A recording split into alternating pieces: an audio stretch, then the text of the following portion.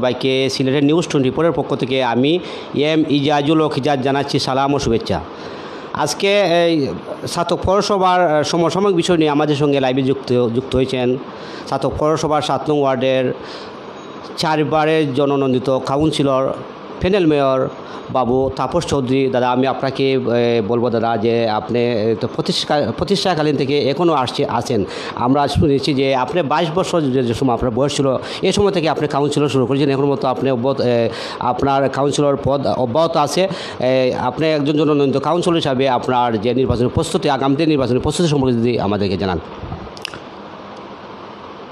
আমি আমার 7 নম্বর ওয়ার্ডের জনগণকে প্রথমেই সালাম এবং আদাব।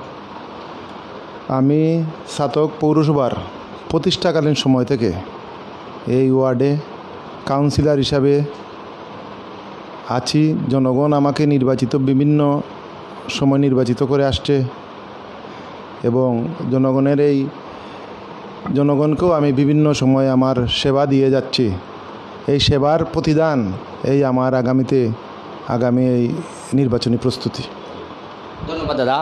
আপনি যে প্রতিষ্ঠাকালীন থেকে এখনও আছেন, আপনার যে ওয়ার্ডের উন্নয়ন সম্পর্কে যদি যে আপনার উল্লেখযোগ্য কিছু উন্নয়ন সম্পর্কে জানান।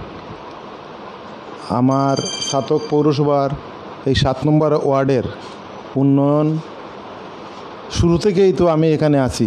যা কিছু উন্নয়ন হয়েছে সব কিছুই আজকে ওই 22 বছর আগে আমার এলাকা ছিল কি আর এখন কি হয়েছে এটা আপনারাই দেখলে পাবেন।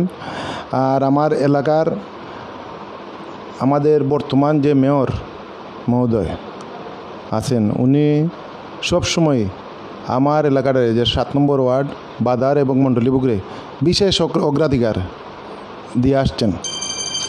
একজন মেয়রের যখন নজর একটা দিকে থাকবে তখন এলাকার উন্নয়ন কী হবে এটা তো আপনারাই বুঝতে পারছেন। আমার ওয়ার্ডবাসীর কাছে আগামীতে আমি এই পুনরায় আমাকে যাতে নির্বাচিত ওনারা করেন এই দোয়া এবং আশীর্বাদ আমি কামনা করছি। সবাইকে সালাম এবং আদাব।